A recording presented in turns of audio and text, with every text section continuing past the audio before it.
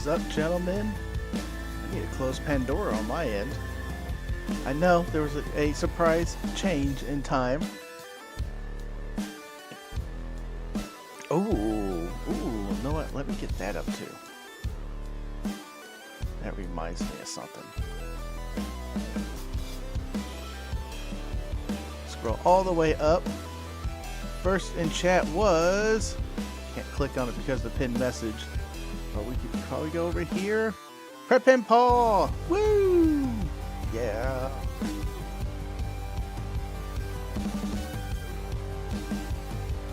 Cooley! What's going on, number 2? 45 Auto. Welcome, welcome, welcome. I'm still trying to get the thing that I want to show you. Something cool happened.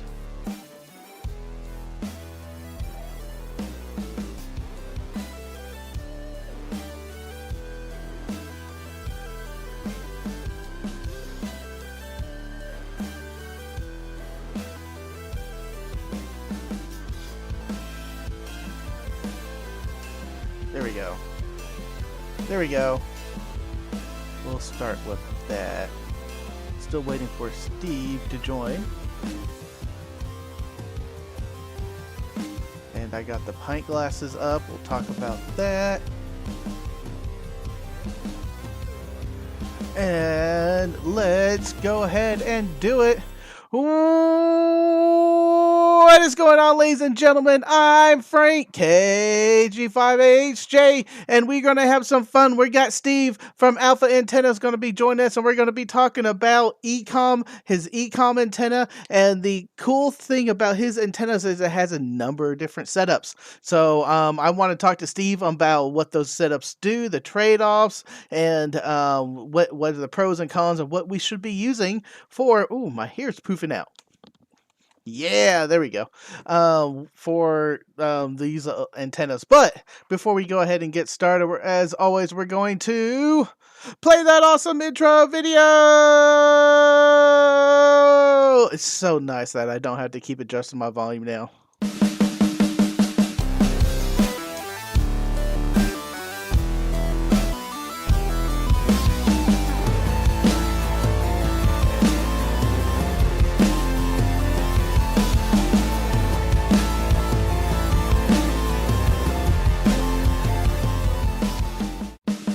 Quick shout out to all my Patreons who makes the show possible.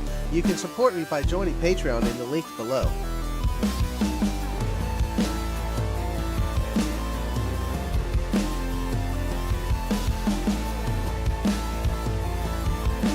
And on to Tank Radio.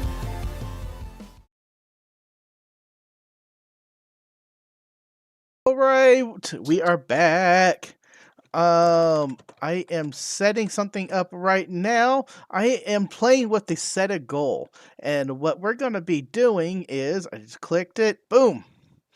I was going through my analytics for the channel, as sometimes we all do, and annoyingly, and I'm going to apologize about this, annoyingly, when I was looking through the ads and how often it's playing ads for all my live streams and everything, and Google, this is all auto because it's pain in the butt to keep doing this for every live stream, so I just allowed Googling to do it, and Google is placing ads every 4 minutes.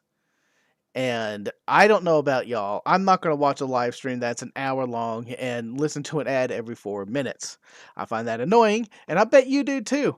And what we're going to do to fix that is, and I looked at all the revenues, and if we can hit a goal, and I set that goal in the target goal right now is a goal of $10. That is 5 super chats of $2 or more, and I am going to turn off ads for this stream forever.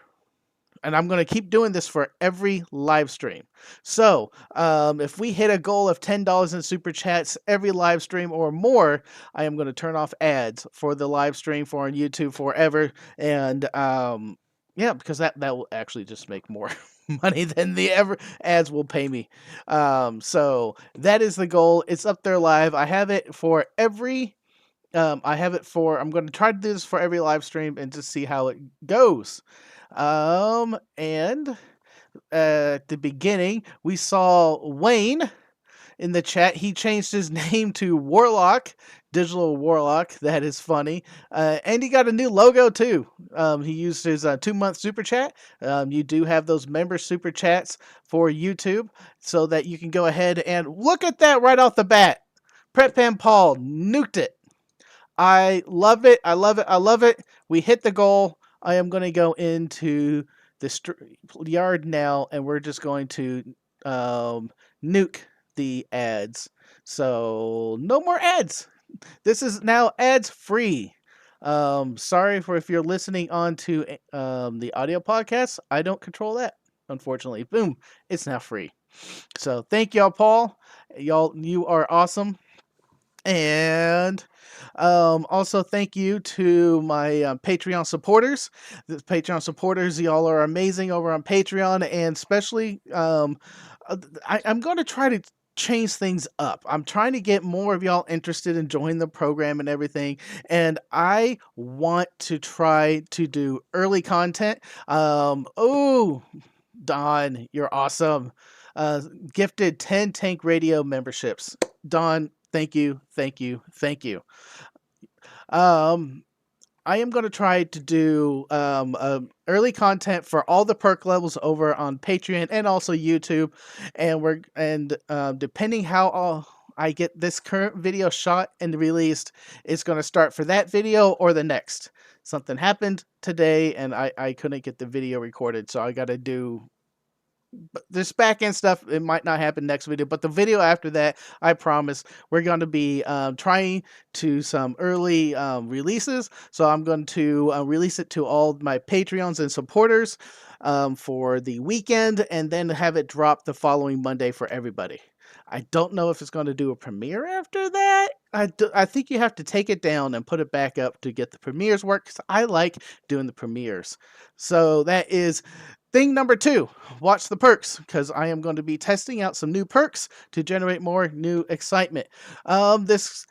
This week was also my Tank Commander meeting. That is the meeting we have once a month of all my tank commanders. This is the new time slot that we all voted on to just for the new time slot. I saw low attendance on the Sundays and had a couple people say that's just a bad time for them. So we voted for a new time slot, and it's going to be on the 4th Thursday or Wednesday of each month, and that's going to be the new ongoing time slot for about 6 months before we do another vote. Also, right now is a perfect time to be a channel member or a Patreon member, because coming up in December is going to be my all hands meeting.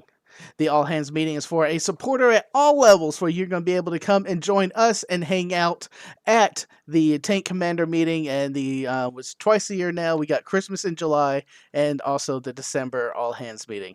So I can't wait to hang out with everybody. We are going to have some fun.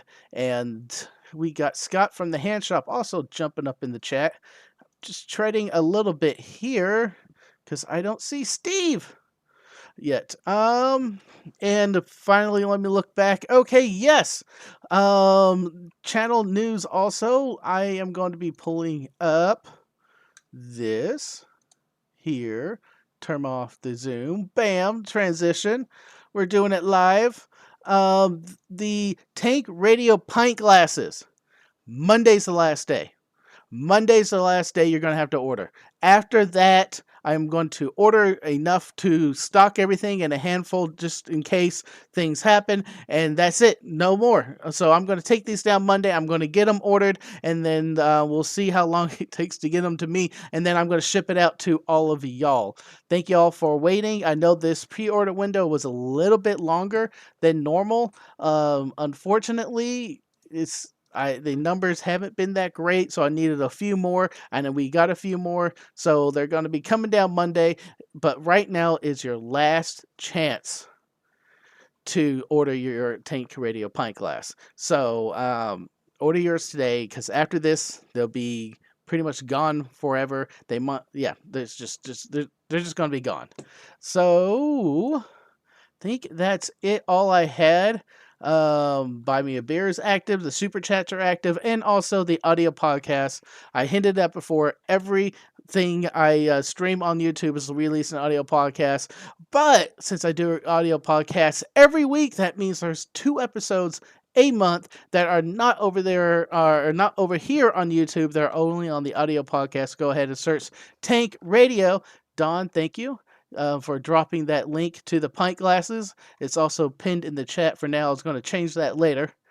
Please pick yours up today so we make those happen. I can't wait. I can't wait.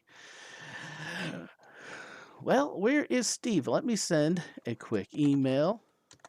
In the meantime, my friends who know the Zoom link, you can go ahead and jump in and help me trade a little bit of water here. And then till we get Steve on.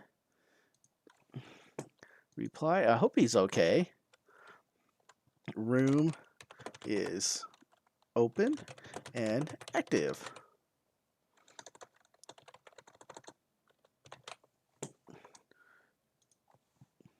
Boom, boom, boom. All right, and I'm back. Sorry about that.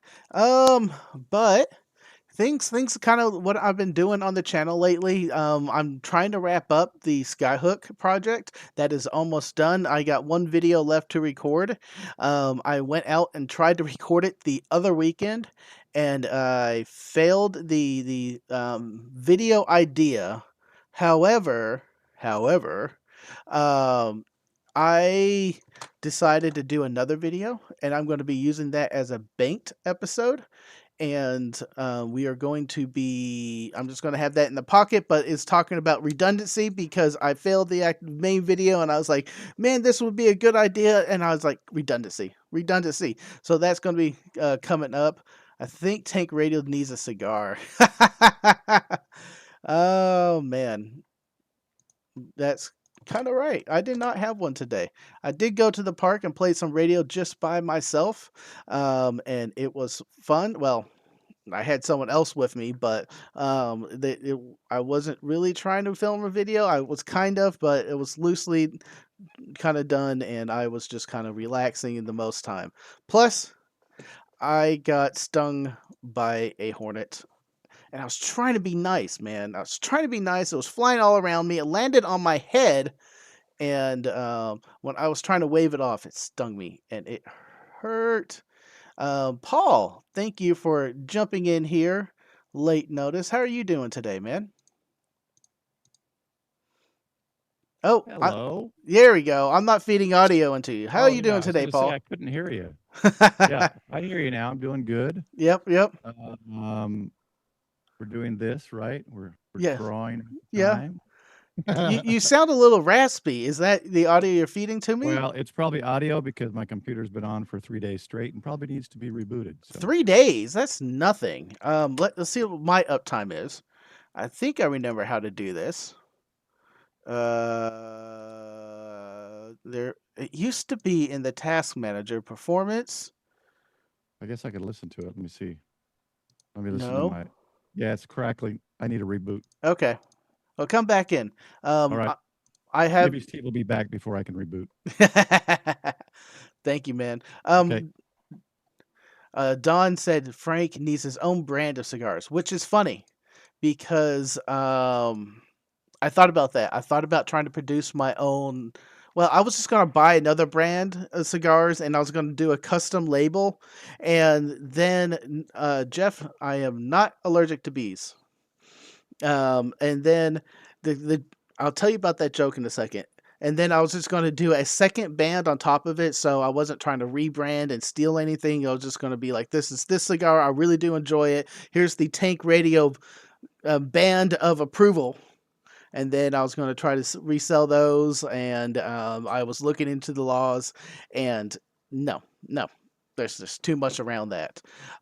Same thing kind of with the bourbon and trying to do a bourbon pick. We got to find a place that is going to sell those for us so we don't have to deal with the laws ourselves. So, Jeff, I think you are mentioning that the comment I told Josh 2 or 3 years ago I signed off an email saying I was allergic to bees, but I'm not. But it is a line from another podcast that both me and him love and adore, and I was trying to slip that in there. He didn't get it. It went off on another tangent. It was so hilarious, but that's where that joke came in. Um, but this kind of thing's going on with Tank Radio. I'm sorry, this is just a little bit of filler here. Limited edition underwear. That would be funny. That would be totally funny. Um, let's just kind of just start. Let's just start doing a random A&A because stuff happens. If you have any questions for me and you'd like to ask, and we'll go ahead and answer them here live on the air. If you just put questions or just put the question mark in there, either one, my highlighter should pick them up, and we will try to do an AMA here. Um, Dawn, we now have the C++ brand of cigars. Yes, that is awful as it sounds. Please link me. I want to buy that cigar. Please link me. Oh, thanks to Tank Radio, we now have. I will love that so much, so much.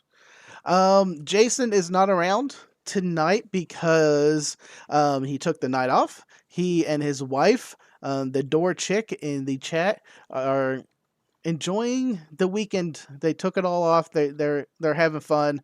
They ran out of town. I can't blame them because I understand it.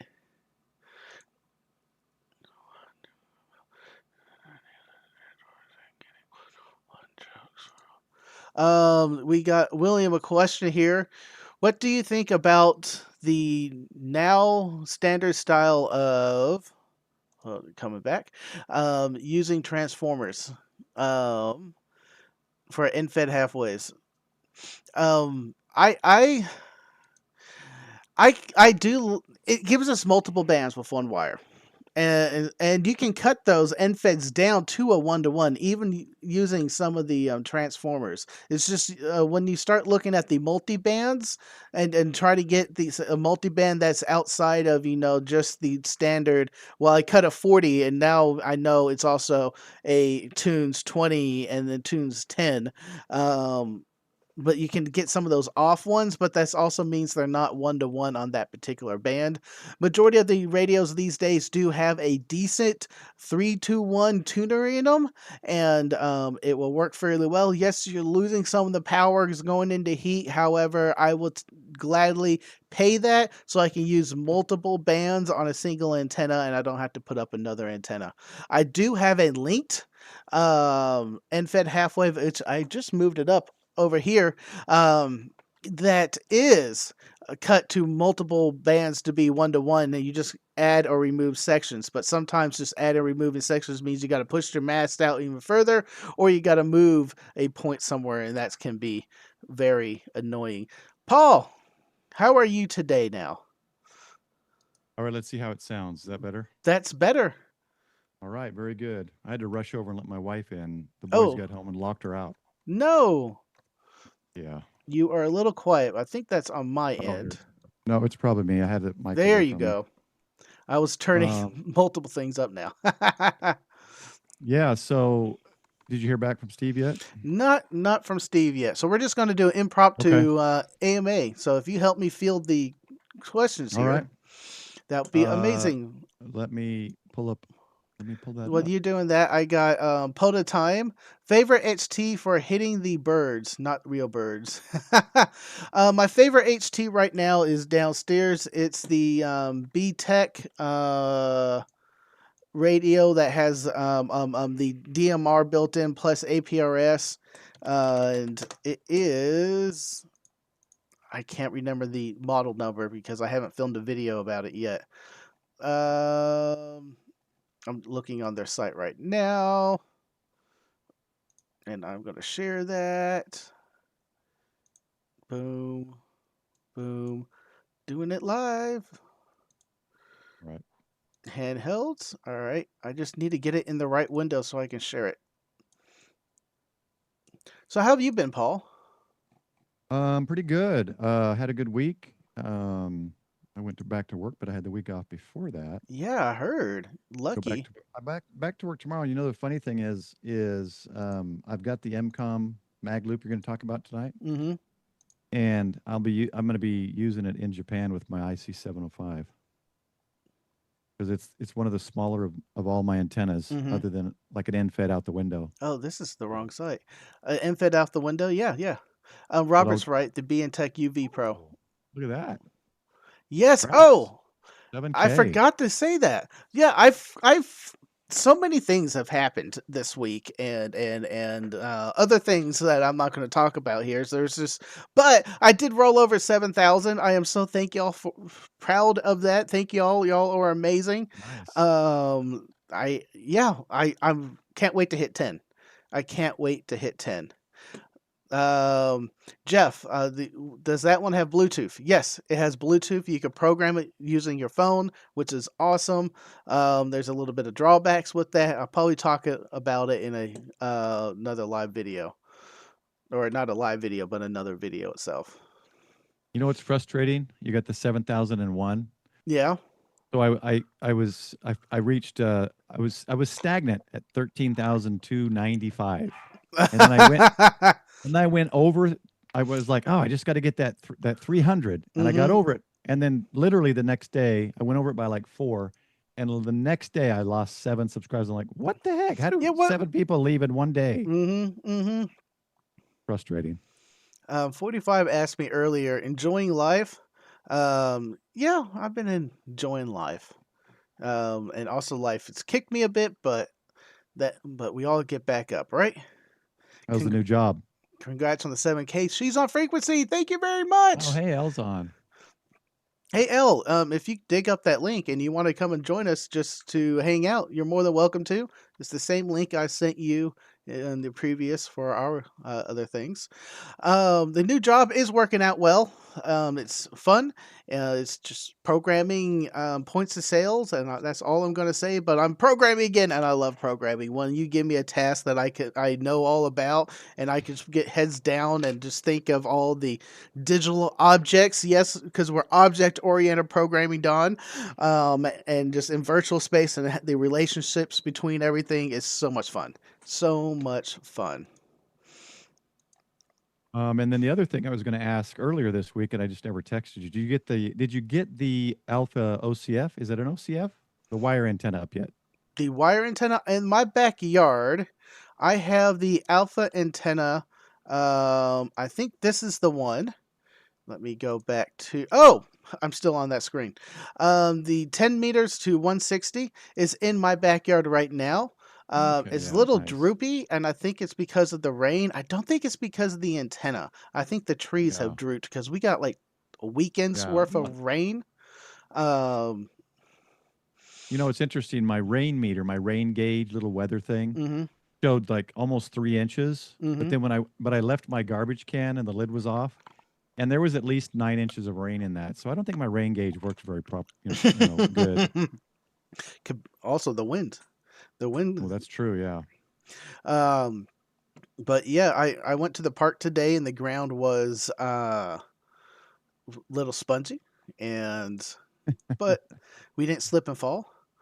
I think I have the 160. I was trying to dig that up before the live stream, and I couldn't really find which one I. There's a 160 and there's a 80. Actually, I think I told him just to send me the 80. And everywhere I've been saying it wrong because I don't have the land for the 160. So I Was might that? just have the 80-meter one. But you have the junior, and didn't you have? That's the one you had at field day, right? Yeah. Mm-hmm. And it wasn't a 160. I swear it was, but maybe I'm wrong. I think I remembered 160, but when I was talking to Steve about it, I was like, send me the 80 because I don't think I have enough room to run the 160 nicely. Oh, okay. Yeah, I because could, I just it's need the to go J back and Pole confirm. Senior, Mm-hmm. and that one has I forget the length. Yeah, It's been a the while. senior. No, see, the senior is only 60 feet, and that's 10 to 160. I Mm-hmm. think you could do 160 with a tuner. Yep. With the tuner, yeah. Yeah. The reason why I wanted Steve to come on today was to help me figure out because he has this. shown pictures of it can be set up multiple different ways. That's not it. That's not it. That's not it. All right, maybe on a different Yeah, it photo. shows it somewhere, like an L, I Yeah, here we think, go. somewhere. There you go. Multiple. You got a sloper. Yep. You got a half square. You got a horizontal inverted V. We know about inverted V's. Mm-hmm. What's going on? And but I was more interested in the L. How what would Yeah. the difference in that would be, or depending how high you put it, because it's a Mm-hmm. J pole, it has two different wires in there. Is one going to act more as a Yeah. horizontal than the other, I've never done an L or a configuration like that. vertical is versus a horizontal? Mm-hmm. I've done the standard L with the alpha antenna FMJ with their mill whip, and Mm-hmm. then an element that's about 6 feet high on the tripod. You just, I think, 25 feet. I used that at a Texas State Parks on the Air a couple years ago. I've never done an inverted L though, but it would be fun to model now that I know Mm-hmm. how to use that Mamanagal modeling Right? software. Oh, ooh, I'll model it and I'll send it to you. yeah. I'll email it or something. This is a deep cut from Scott. Favorite HT, the one that is charged. Yes, and you also know me. One that is charged. None of my HTs are usually charged because I just leave them on and they die overnight. Die overnight. I should see. Um, Steve was supposed to come on tonight. I don't know if anything happened, but we'll probably try to get him on another night. Let's see. I can try to message him. You said you emailed him? Yeah, yeah, but you know Yeah. how his email goes. You know how you could get him? Go to Alpha Antenna, wait for the chat to pop up, and that's usually Steve. Really? Yes, it Okay. usually is. And it pops up after about a couple minutes, I Yeah, think. yeah, one did pop up. I'm gonna put howdy, Steve. Yeah.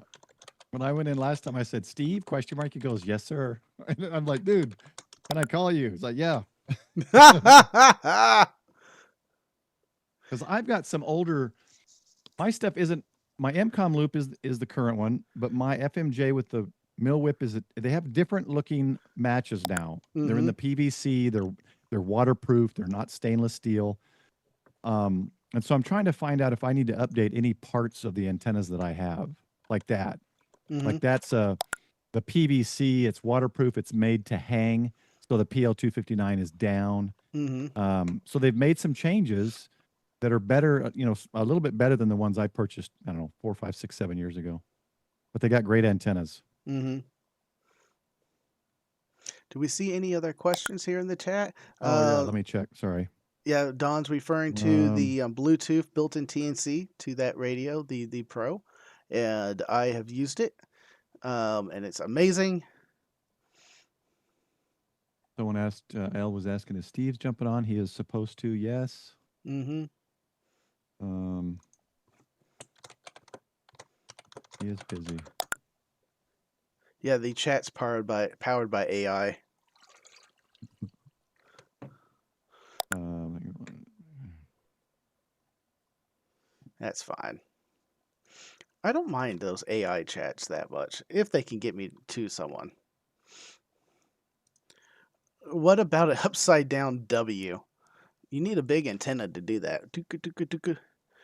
yeah, that would be That, interesting. but I don't know what will buy you. You got the inverted V's that will change the takeoff angle. That's why the inverted V's are so popular. Is you have a takeoff angle going this way and this way, which do make them a little bit more directional versus just run it up and down. I don't know what a V will get you though, because then you'll transmit into each other and into the ground. Will it reflect well off the ground and back up? You're making me want to jump on the Manigal and try to do this. I'm not fast at it, so I wouldn't be able to do it Yeah. probably live without a Mm-hmm. little guidance. But I know I've done the tactical delta loop, which is Mm-hmm. the V, but then at the top to make it the loop, I've got a wire connecting the top two whips. Mm-hmm. So it would be slightly different than that. That'd be interesting though to see, like you're saying, is it propagating or is it radiating like opposite directions, like two Mm-hmm. dipoles or something? That's an interesting one. Dawn says upside down W is an M. EmComm. The letter M. That's funny. Just put up a hex beam. You don't have an HOA. Yeah, really. If I didn't, that's an antenna I would have up. I Hmm. From all the experience I've seen with other people and stuff, I think a hex beam is one of the better antennas, and it doesn't even have to be up really high. And Um, thank you for right off the bat, Paul, hitting that $10 mark. uh, it's funny. Scott told me that I think a week, maybe a couple of weeks ago, but he told we talked about it again. And he said, "Yeah, the live streams. If you're not a premium member, the live stream, and some of them, he said, will run 2 minutes, and now you're 2 minutes behind on the live stream." I said, "What? Why are they?" I What? didn't know those kind of ads ran during live streams. I thought you could just skip them. Hmm. But nope. At some point, they stopped being skippable. So I've got to go in and manually change that or figure that out and turn it off. I thought the ads just showed up once they went to video. Hmm. No, Don, did you use a hex beam? Yeah, this weekend's contest was a crazy Hmm. one. Dude, I was out today and it was Oh yeah. nuts on 20. Were you Uh, doing a POTA film, a video, or I was trying to do a little bit, but I'm glad I didn't because it just getting on 20 was pretty bad. yeah? Steve, is that you? Yes, it is. Hey man, thank you for making it. Yeah, I'm trying to figure out how to do a video on this, but there it is. There it is. All right, I'm gonna let you guys Yeah, get I've to it. got my Okay. margarita Yeah, glass. you can Good stick to see around, us. Paul. You watch the chat for me if you want. Okay, I'll watch chat for you. Good to see you, Steve. Good to see you too. So I like the margarita glass, man. Yeah, I knew you would like that. And I got something else that we can do when we get together too. I got this Oh, well, it's almost empty, but this is the Phantom. uh-huh.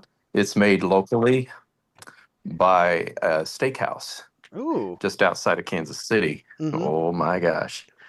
I've had this one for about 2 years. And so I'm going to be heading down there for a ham fest. Really? Won't be long. And yeah, it's going to be a lot of fun. It's just out in the country in a small church. Mm-hmm. Nice. But no, just enjoying my evening and was watching some football. And I got your invite earlier. Yeah. And I had to wait for some rains to stop. Oh no. We are very rural here, and our internet is through some cellular towers, Mm-hmm. Mm-hmm. and so we were down for the internet for a little while, Mm-hmm. but that's okay. I made it. Well, thanks for swinging by. I wanted to get you on because I have that EmComm antenna, and I'm looking to put it up in the backyard. And we saw earlier we were looking at. You have noted several different ways of mounting your EmComm antenna. As sloper, you have a box square, you have a horizontal, an inverted V, an L, and a V. And I was just wondering, can you just walk us through the use cases for each one of those and what would be some of the pros and cons? Well, there's a lot of things that happen in the gray line for the 40 meter and 80 meter Mm-hmm. configurations. There are two different lengths that you'll find out there for the end-fed antennas, and some people even have a third length. They go anywhere from around 130 feet, somewhere around 60, and then there are some 34-foot versions also. The versions I prefer to deploy, as far as in 6 different ways, they would need to be about 60 feet. The shorter one just doesn't lend itself to enough length Mm-hmm. to provide uh, like a good inverted L or even an inverted V. Pretty much a sloper or a horizontal is all you can do with those. So we typically look at what we call the HFJ pole senior, and it's 60 feet long, and you don't need a tuner on 10 through 80 meters. And then for the experimenters or people with much larger yards, they'll get the 130 footer and do some 160 meter operations that it can be used for without a tuner. So the senior, And so yeah, the senior version is the 10 and just 160. It will do 160 with a tuner. Mm-hmm. One of the things that you'll find on that page that you're on, if you scroll down a little bit more, this is something, is that right there, the make an offer button. We started doing make an offer with people that were on fixed incomes, that were having a hard time making ends meet. Mm-hmm. But now it's been so successful, and we've gotten to be the point where we're debt free that we can now offer this option to more than just the people that are in absolute need of this. It's funny. We have had people come in and offer more than the purchase price on it, Really? just to say we're here to support the people that can't afford it. Mm-hmm. Let's go ahead and pay it forward, and then we put that into a little pot there. And sometimes we'll get the one request that says, "Hey, I can't afford it. I'll be buying it when I can." It's like, don't worry about it. It's been paid forward, and then we'll take that sticky note down off the wall Mm-hmm. in the Nice. conference room. Yeah, it's pretty neat. It's sort of like one of those coffee shop things. Some of the old coffee shops that are hometown, like Mm-hmm. around my place, you walk in, it's like, hey, if you're a teacher, you take this sticker off the wall, and you get your free coffee for the day, or that, there's people that pay it forward like that Mm-hmm. at the local coffee shop. It's called the Press Monkey. It's pretty cool inside. I'll go about 3 times a week, Nice. but Sounds like a cigar yeah, bar. I'd like to go more. It's neat. Cigar bar. They just opened a cigar bar around the corner from it. Yes. Oh, so when you come up to the Poda Park, we can go to the cigar bar. Mm-hmm. And so there's a few people that have talked about doing that when we go to the outdoors festival, the one that we go for the Overlanders in Springfield, because Mm-hmm. it's only another hour up here to the Poda Park. So I thought that might be fun to do Springfield, then. that's Everybody more, come up for that. correct? Yeah, it's the Moore Expo. Yeah, yeah. Most people don't know what the Moore Expo is, so I just say, oh, it's an Overlander convention. It's the same thing for ham radio that we do with all these ham radio conventions. It's for overlanding, and we do the compound yearly. We do. We've been doing that for 3, I think, years now. Mm-hmm. Yeah, that was fun. This Getting was out my there with first year. the tents and campers and gosh, all the people from YouTube, and we have a club that sets up their emergency communications trailer at a place that doesn't have anything to do with ham radio. Mm-hmm. Yeah, Hillbilly Ham's in the chat. He was there at that club station. Oh yeah, that's right. Hillbilly Ham. Was it Cheap Ham? I think also. And so there was a few. There was a few. Probably 7 social media individuals, and now this year, she's on frequency. It'll be the 8th person I think that's coming this next year. Ooh, Um, gazelle, bring your and gazelle. congratulations to her. She just got her. She just got her general license. Yes. Um, Ellie, yeah, Ellie from is her name. So configurations. Mm-hmm. Let's talk about that. So a lot of people like to say, well, we need this antenna to work for both DX and EmComm simultaneously. Well, in the world of antennas, it behooves us to remember that one configuration is meant for really one takeoff angle, and there is a compromise if you start saying, I want both. But the best both scenario is probably the sloper. Fortunately, it's the easiest deployment Mm-hmm. also, where the signal launches in the direction of the slope. Well, on our page, letter A is the starting point, so that's where you find where the coax would connect. It is at letter A, 'Cause, and then at letter B is the distal end where the yeah, insulator is installed. let me just kind of highlight that. This is your balun, and that ring eye at the top is where you hang it from a tree, or wherever you want to put that. And then the antenna feed line comes in at the top, and then from at the bottom, you had these nicely marked, a red and a black nut to run the antenna on. So the A is saying where you put this balun. The A would be, yes, the starting point. And that's the inductive side of the equation. Mm-hmm. It's a multi-tapped inductor. It's so it's not just a balun.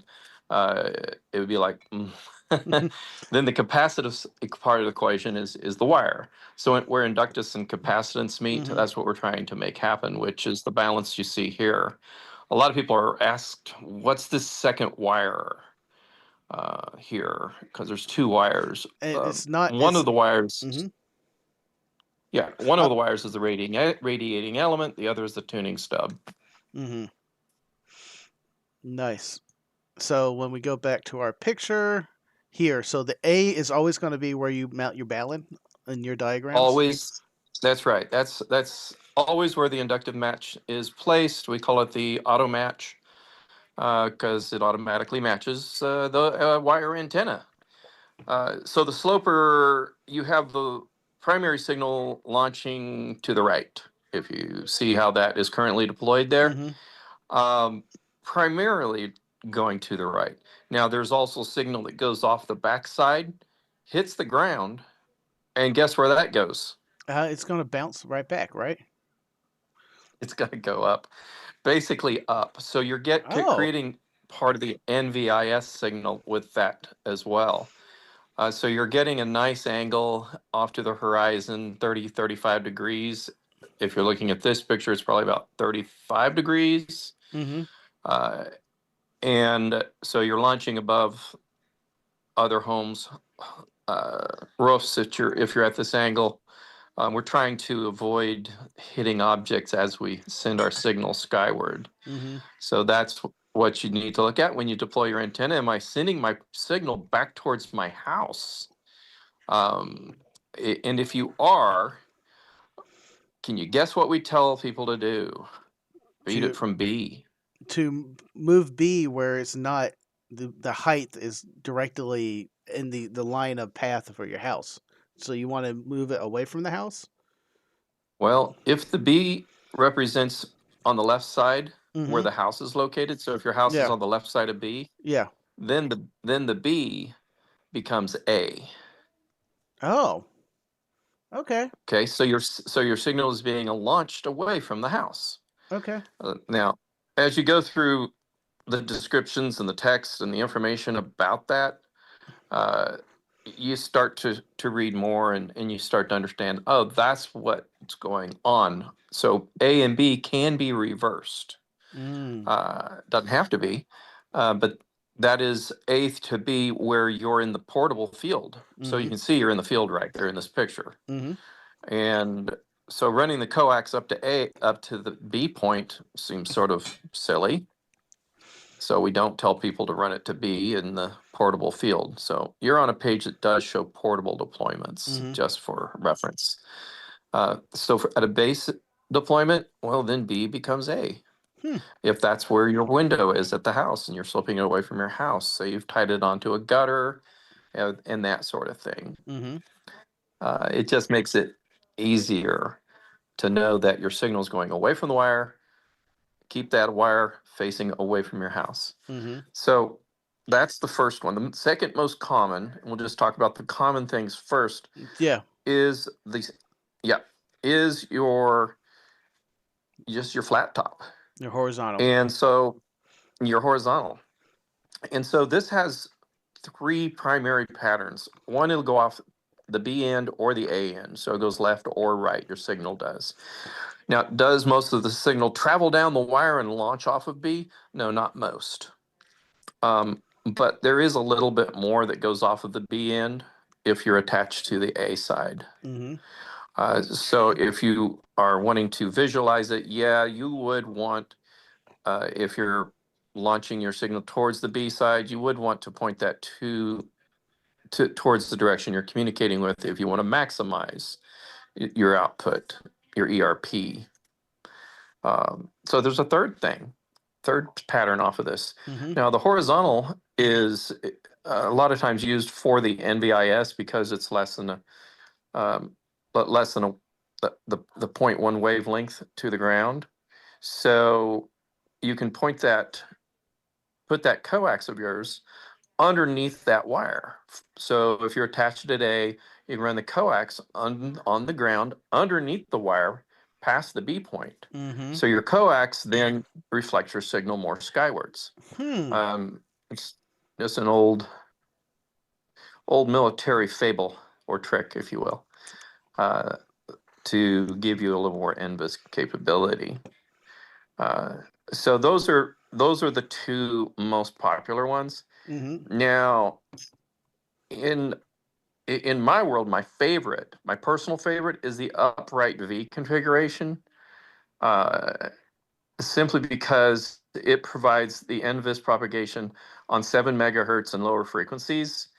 We deal a lot with the EmComm world, and people are asking what would be a good lower frequency configuration. Well, this V configuration with a 60-foot element provides you with some pretty nice NVIS patterns, using both the Earth as the ground plane underneath of it, as well as the launch pattern off the sides of the wire.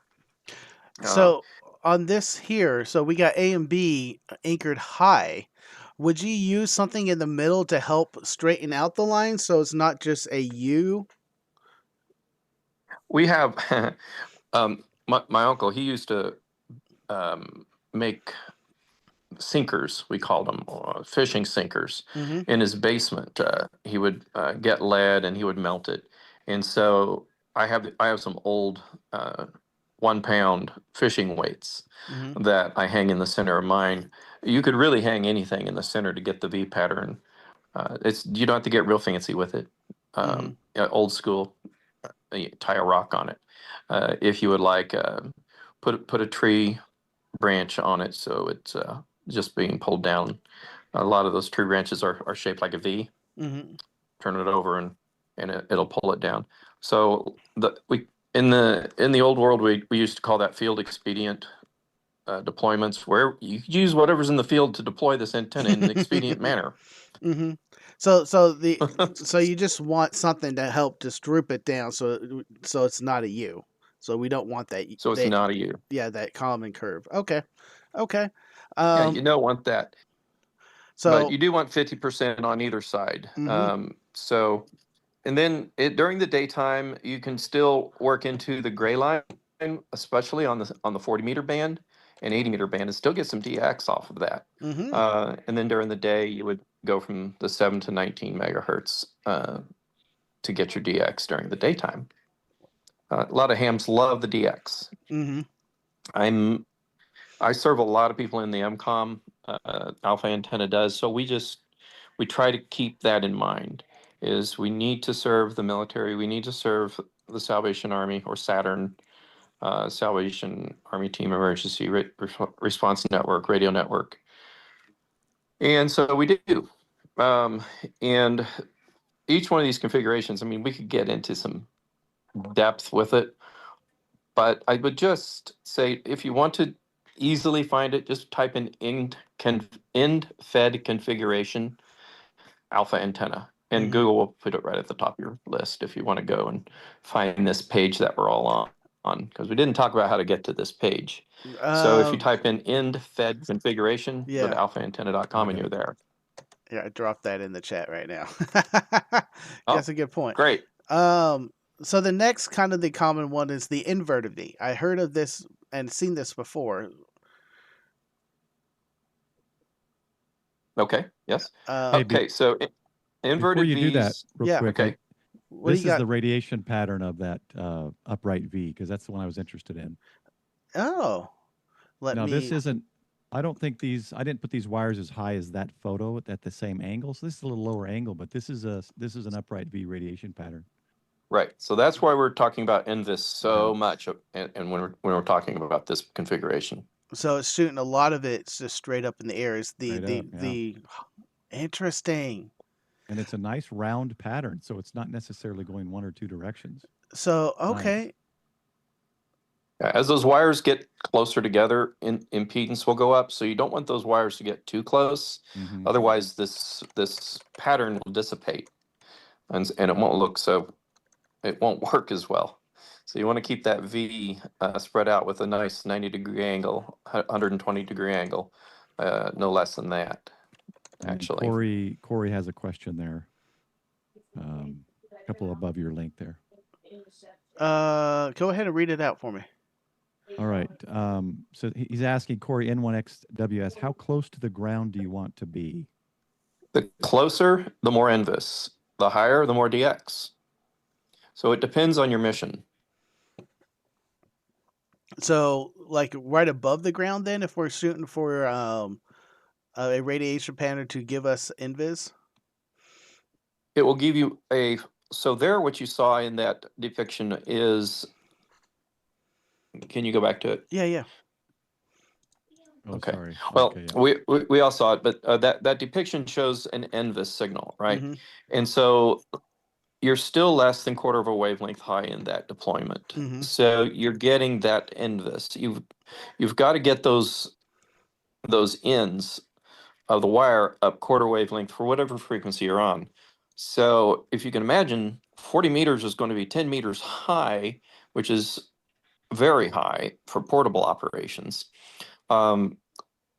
But 40 meters is typically not where you're going to be saying, oh, hey, I want a DX on 40. Mm-hmm. I want a DX primarily on, let's say, 15 or 20. And then suddenly your quarter wavelength is 5 meters high on for 20 meters. And so you've got an adequate height there for Mm-hmm. some DX propagation. So yes, the lower you go with it, there we are. So if we were able to get real fancy and say, okay, put the center of the V at 1 foot off the ground and put the legs at 15 feet off the ground, what you would see is a flattening of this actual pattern. I And think I so have you this would, one set at 1 meter off the ground, so about 3 feet for this okay, one. so that's 3 feet. If you go to 1 foot, you're going to see a flattening. So more regional communication instead of a maximized NVIS right above the antenna. So depending on what you want to come back down, how much of the region you want to cover, you go lower for more regional coverage, a little higher, but not above quarter wavelength for smaller regional coverage areas. So 1 meter's pretty good if you want to get your 120 mile out and then, down to 7 miles out. We like to think about 3 different patterns. One is the DX pattern, one is the NVIS, but there's also the ground wave. So roll that up so you can sort of see the bottom of it. There you go. And you see the blue? Mm-hmm. There's your ground wave. A lot of people don't look at the bottom of the antennas. Well, Yeah. it's important to know what your ground wave looks like so that your NVIS can overlap your ground wave pattern. Perhaps you've heard people on 20 meters say, hey, we're 40 miles apart. My signal is probably already launched off the ground and is shot over you. So that's a pretty common thing for us to say, especially people with Yagis or other types of antenna systems that are simply shooting over the people. And you cannot have regional communications with like a Yagi because you're heading towards the horizon with your signal. And so it's difficult for a Yagi to be used for NVIS, and it's easier for a wire antenna to be used for NVIS. The upright V configuration, that is the exact configuration that one of our antennas called the hex antenna uses. So the hex antenna, it is a inverted V dipole. I'm sorry, upright V Upright dipole. V, yeah. And so the upright V dipole is the perfect antenna for emergency I communication I always wondered that deployments. because I didn't really understand how the upright V would equate to a near incident wave, and that's and now seeing it, it makes sense. It makes sense. Mhm. This is Mhm. something that Frank and I could use to So talk on 40 meters in the morning and evening. Yeah, I need to put it up like that, but yeah. Mhm. Yeah, that's true. And so in the hex antenna, it's a rigid dipole. hmm If people don't know what that is, it's two telescopic elements that look like the old rabbit ears on hmm your TV. And it'll work from 2 meters to 20 meters in a rigid dipole configuration. The same system has a 40-meter add-on elements that make an M dipole out of that out of that system. The Hexten has a 40-meter add-on element. So an M dipole. Now we're getting into some configurations that are more difficult to model. Uh, it does provide some lower angle DX, and then it still maintains the NVIS. hmm So you still have for the 40-meter with that hex antenna some really great propagation for both DX and also your NVIS. So a lot of people want the DX, so we built a vertical option into that same system where it not only supports the dipole configuration, it supports a vertical configuration as well. There are no balun or inductors in that right there. Yeah, that's the one. So the hex bolts on the right and left that you just saw in that picture hmm are where you place the two dipole elements. And they're spaced about 120 degrees off of each other, a little less. Then you have the hex bolt on the top of that, and on the top is where the vertical element would then be placed after you remove the dipole elements. Um, there is a place to install the counterpoise that we include. The counterpoise is tuned, so you roll it out for whatever frequency, you roll it back for higher frequencies. Because hmm the longer it is, the lower the frequency it supports. Um, Counterpoise is also much more efficient than radials that simply lay on the ground. So that's why we use that tuned counterpoise. This system, I would say, it's been my number one go-to because there are no losses. So even 1 watt does an amazing job. And when you're in a grid down scenario, it's not the radio, it's not the antenna, it's how long will that battery last? hmm Turn the power down, it'll last a long time. Run 100 watts, it won't. So And there's so that's important Hillbilly makes consideration. Hillbilly comments that the hex antenna is his go-to POTA antenna, and then Vic was asking how high the hex is, and it's just at the top of that tripod. I don't know the height of that tripod, max height there, Steve. You probably do. Okay, 6 so feet that maybe. tripod is it's 5.5, yeah, 5.5 feet. Not be a difference, no difference between 5.5 or 6 feet. And there's not going to be a difference between 6 feet and 12 feet. So we had another Steve, Judy Soldersmith, and Steve, her husband, did the testing for height using this system, and it was determined that you must get above 21 feet before you even start to see more than 1 dB of I'm sorry, 1 S unit of difference. Uh, Portable in the field, if you've got a 21-foot deployment mast, you're probably not portable. You might be transportable, where you pull it out of your transportation, but it's not going to be a portable mast that you're going to take up on top of a mountain or out into the park and deploy easily, because it's going to need guy wires.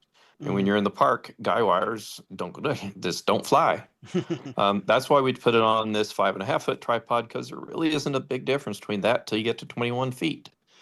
Uh, and that's an interesting perspective because this tripod can be laid flat. So the legs can go all the way out, and it can be laid flat on the ground. So if you know your verticals, you know the lower and to the ground, the lower the takeoff angle. So now you've got yourself a DX masterpiece because it is a resonant vertical with then your counterpoise underneath of it, or you can lay your radials under it, or get yourself a Faraday cloth to lay underneath it. Yes, that's the tripod, and that's the piece. And so you can get that also. Make an offer. It's make an offer weekend.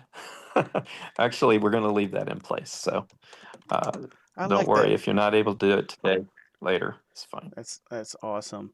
Kind of getting back to the EmComm half waves. The inverted V, is it going to give us kind of the opposite then from the upright V? It's going to be more DX contacts and actual skywaves. So it does have more DX. It's rather logical if you think about it.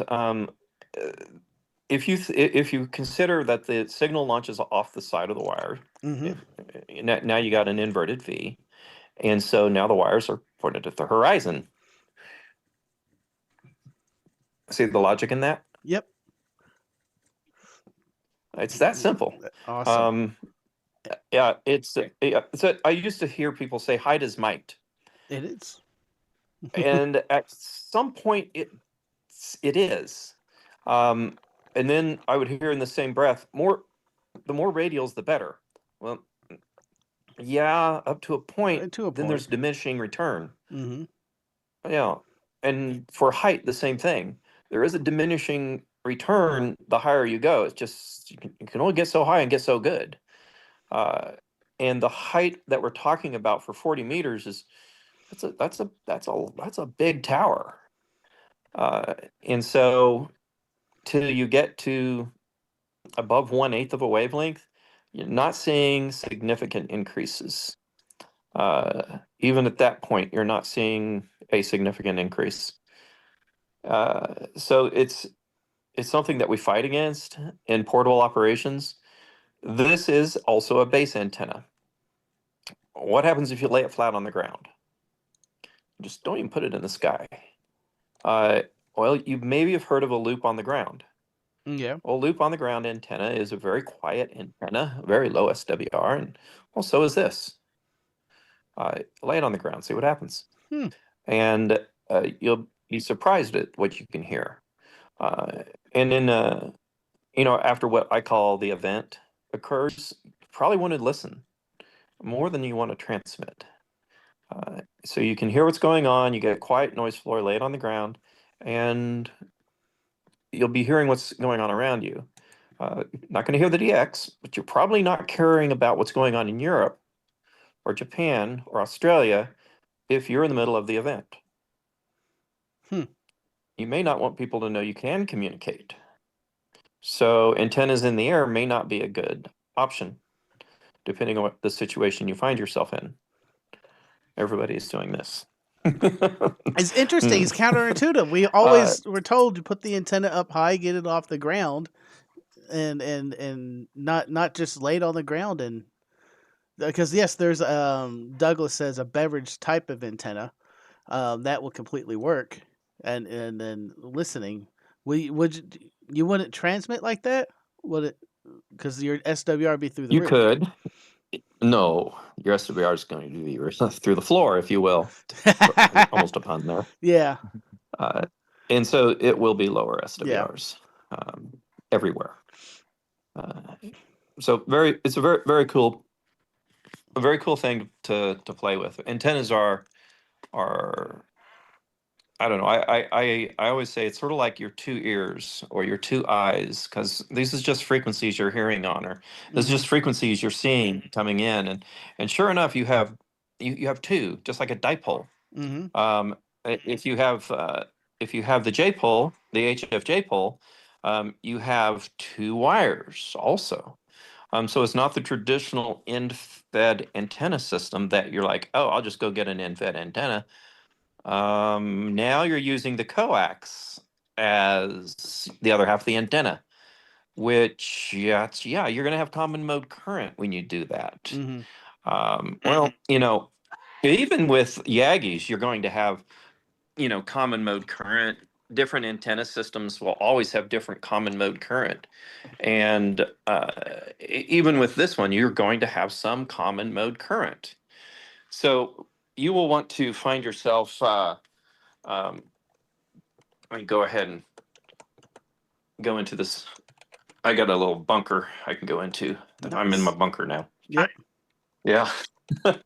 All right. And so in the common mode current, what we advise people to do is do not use a choke unless you have common mode current. And it's like, well, what if I do? Well, use a choke. How do I know I do? And I have to blink a little.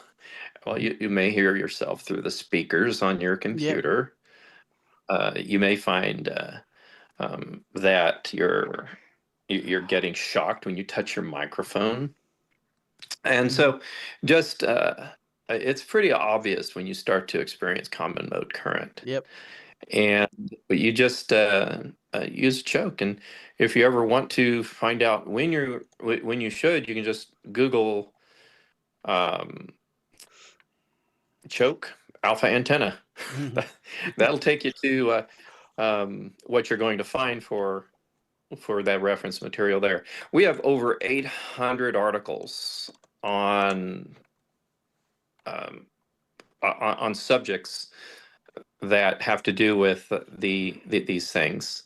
So you would want to Google it. We've put everything on the Google search engines. Nice. Well, thank you. Okay. Um, ca- Yep. I was wondering about, we got two more layouts here. Do you want to talk about the L or box next? Let's do the L. So with the L, the proper deployment places a third of the element vertical and 2/3 of the element horizontal. Mm-hmm. All right. And so with that, you'll get some daytime NVIS coverage from 14 megahertz and higher frequencies. So this one is the magical configuration if you want to get your 20 meters to have some NVIS, which is next to impossible. Mm-hmm. And just remember that you're fighting against physics, the ionosphere specifically. When you try to do NVIS with 20 meters, uh, possible? Yes. This is the configuration that will work if it's going to work. So daytime NVIS is the only option that you have for that. But at least you have the option. If for some reason 40 meters is it's just not functioning on your rig. Mm-hmm. And perhaps you have a, what's that word?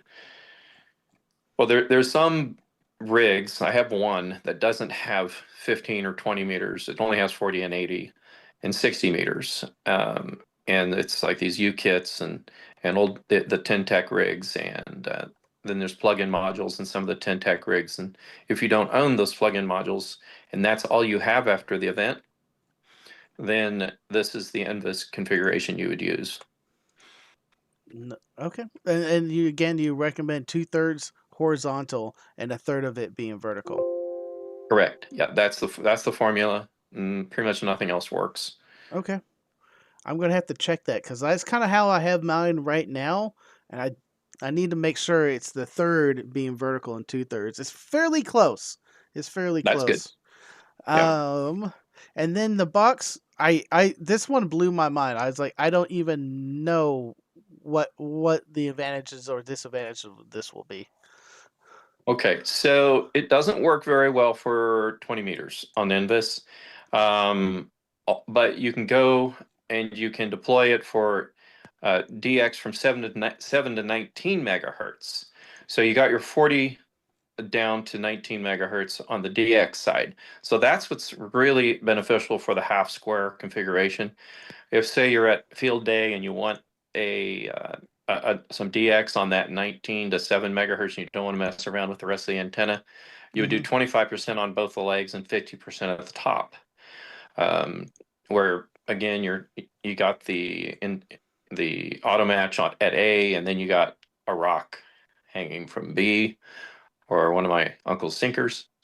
And then you've got the two legs at the top tied to the branches or thrown over the branches. Mm-hmm. And some people will use like a little sandbag to throw it over the branches, but getting it over the second branch, it can be more difficult. Fortunately, at 60 feet, being the ProMaster, so being the infed system at 60 feet, that's not a whole lot of wire in the air. Mm-mm. And most trees, you can easily get it at that distance. Right. Yeah. So it's 30 feet of wire in the air, Mm-hmm. not 30 feet in the air. It's just 30 feet of horizontal wire. Yeah, Rob's mentioning, he asked, what about running the antenna horizontally along the ridge line of the roof? And then my first thought is your gutter antenna instead of doing that. But what do you think of just running the wire along the ridge line? 18 inches. That's the number to remember. That's the minimum distance that an infed, no matter whose it is, wire needs to be away from the structures that it is being deployed on. So whenever anybody says, "Can I run this?" Along the gutters, my gutters are plastic. Mm-hmm. Well, it would actually be better to run the wire between two PVC pipes on the roof and buy some PVC pipe extensions if you need to, and use those PVC pipes because these antennas are so light. This one and others that others make, and you could then have your PVC pipes be your mast, easily getting it 18 inches in the air. If you don't have 60 feet between your PVC pipes, you can tie it off and have a V configuration horizontally. So if you just take what you see here and you're not stringent and strict and must do it this way, Mm-hmm. you could take a half square and put it horizontal. You could put the V horizontal, just like the horizontal. You can move it north or south, or it can be east or west. Okay. Uh, these configurations are not set in stone. They're meant for people to use it in a way that can be most beneficial to them physically. So I know that when I get a phone call, I always ask, "What's your address? I can help you if you want to give that to me." And then I'll pull them up on Google Earth and we look at things physically. Physically is the first thing we do. And so, Paul, you're right. First thing I do is I look at their house. Does it have gutters? If so, then I do exactly what Paul said. I say, why not use the largest antenna that's already deployed, which are your gutters, and use the HOA buster? I'm not in an HOA. You don't have to be. I've got 3 acres out here plus more. I still use my gutters because it's a huge antenna and it's so easy to do. You just put a clip on to a downspout with the inductor, and the capacitive side of it is the gutters. Oh, there it is right there. Mm-hmm. Um, and this is That's the only awesome. antenna that doesn't have. Yeah, this is the only antenna that does not have a make an offer on it. The reason it is it comes in different colors, and so we have to customize each one. It takes us an extra day to customize it into the different colors. We've considered going straight with black and no longer offering different colors. Mm-hmm. If we do that, we will then be able to not only afford, but technically support the make an offer option on this. So we might do that. We're still discussing that internally. And what is your feedback on that? Why are you doing the custom colors? Just to help it blend in more? Exactly. So people will choose blue if they have a blue house, or gray, or brown, or almond. Mm-hmm. Some people have white houses, so they'll get a white one, or they'll choose white to match their Rainbird PVC. Mm-hmm. Uh, and then a lot of people get black. I like the customization, to be honest. You make it customizable, then more people will like it. However, like you said, it runs up production time, and then it takes a while longer to get that out to someone, and also costs a little more just to keep the colors in stock. Well, we have somebody that we set aside. We pull them, and Hmm. pulling somebody off the production line is always not the most efficient way to do it, as Henry Right. Ford used to say. You're right. I just Well, realized something. Maybe I yeah. should have had my camera this way. Oh, there you go. It's all good. we we still saw you. Mm-hmm. Oh, you guys are awesome. I've enjoyed this evening. So yeah, those are the configurations, and just remember that the tuning stub is the reason that you usually do not need the air choke, but sometimes you might need it depending on what that antenna sees outside, like somebody's Morton building, Mm-hmm. Mm-hmm. or what are those Skyliner RV that they're all made of stainless aluminum or stainless steel or something. They're Mm-hmm. very expensive now. And so, yeah, depending on what the antenna sees, you might have some common mode current even with the HFJ pole. The kind of the last question I had for you was about the setup of, can I just make this nice and big? Yeah, there we go. Why do you have the feed point on top of the base mount here? You have the eye bolt hook, which is, I understand, that hangs it up, but why is the antenna feed point not at the bottom? That's where the elements are. The elements are? Okay. Hmm. It was just kind of awkward having the cable coming up and then also then down. So it was kind of pulling the uh the elements or kind of up like that when I was trying to hang it. So physically, if this is mounted on a mast, you want your coax to be tied off to the mast. Mhm. So coming off the bottom of it is going to pull the match back with the coax towards the mast. Coming off the top, it just loops over to the mast.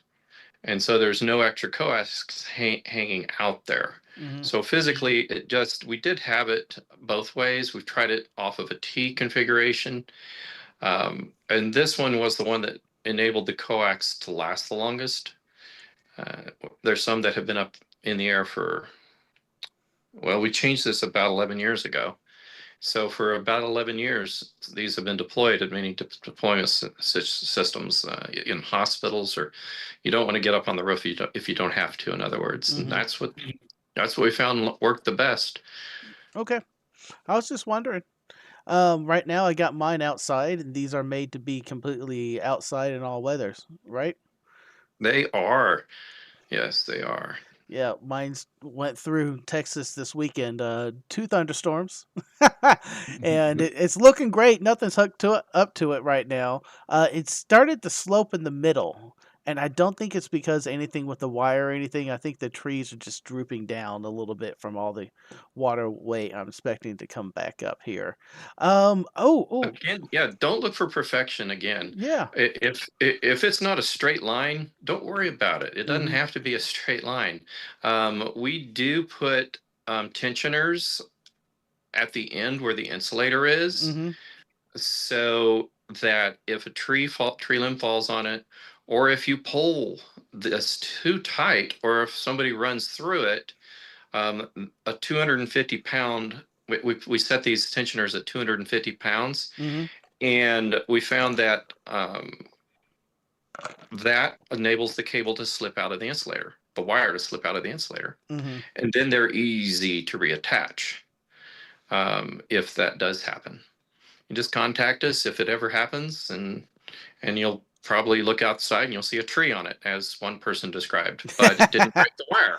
It still Nice. worked. He just needed to reattach the insulator at the end, and Mm-hmm. to get him back on the air, he just tied a knot in it, which we don't recommend because now the tensioners are gone. Uh-huh. Interesting. I might have to talk to you about that in a second. What I've done, I've ordered these plastic carabiners to help. Where my I have an L right now where it attaches to the antenna, and I ordered these plastic carabiners so I am not interfering or generating any other electrical interference around the antenna. Was that a good step, or just a normal carabiner will work? Don't use the normal carabiner. You Yeah. did the right thing. So what we'll do is sometimes we'll just tell people to use fishing line, Mm-hmm. because fishing line, it has a natural break strength as well. It's safety first.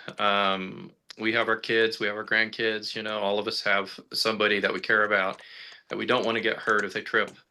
We'd rather the wire give or the support give before the leg gives.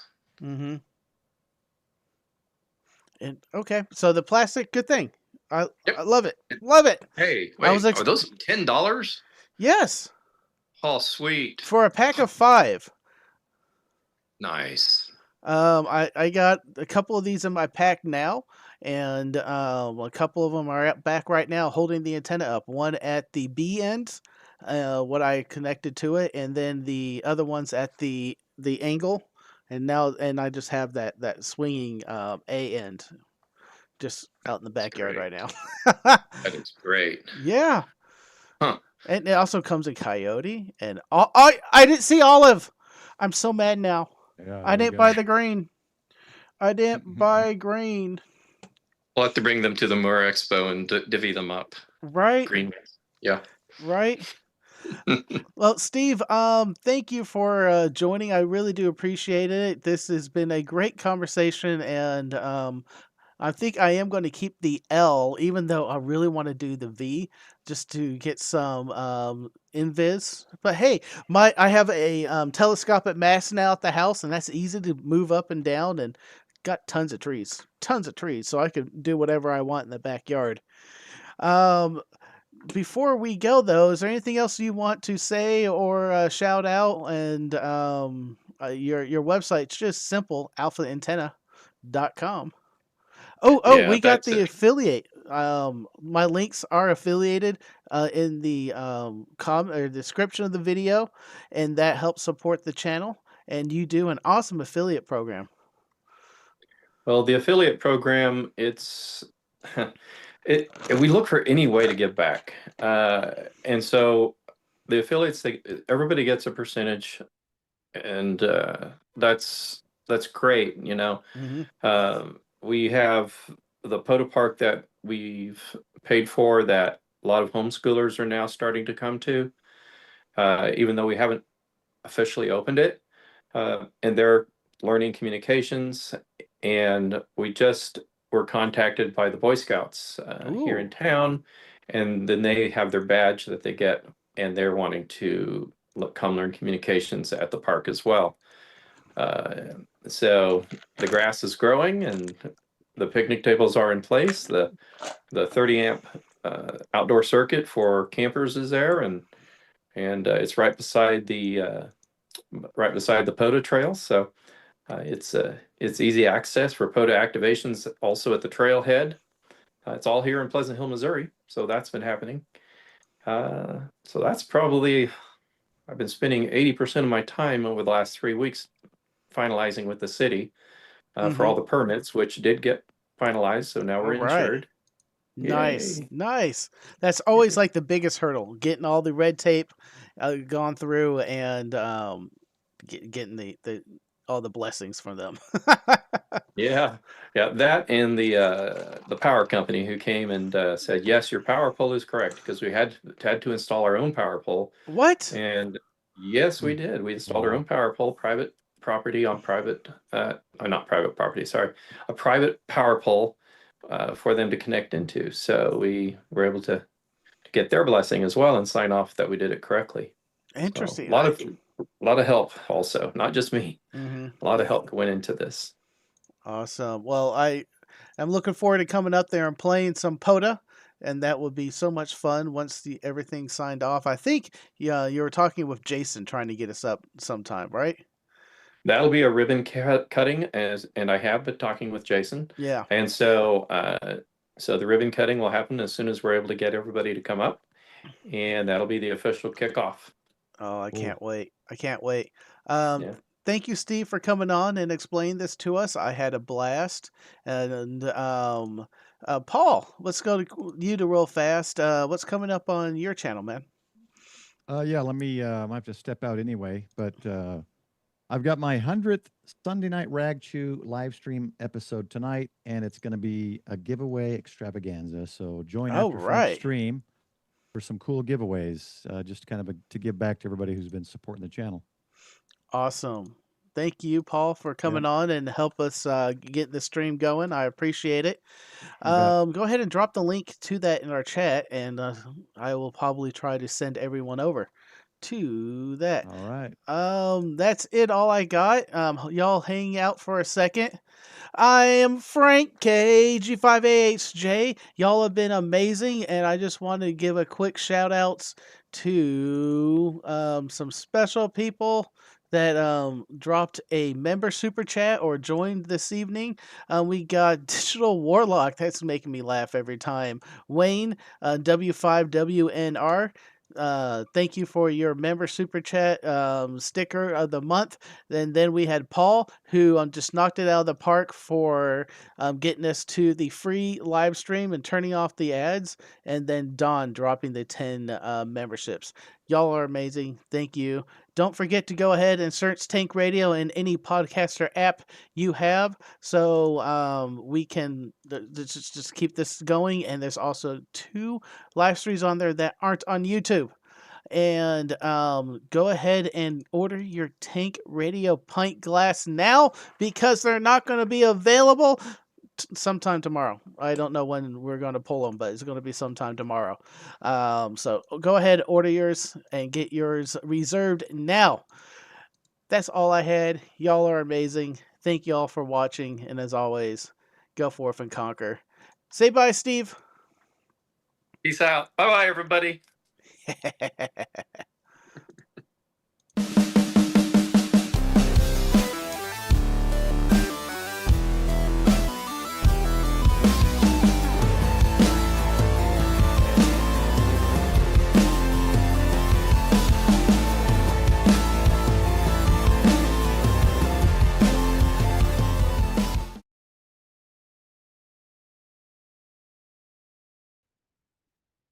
Description below. And to all my tankers out there, go forth and conquer.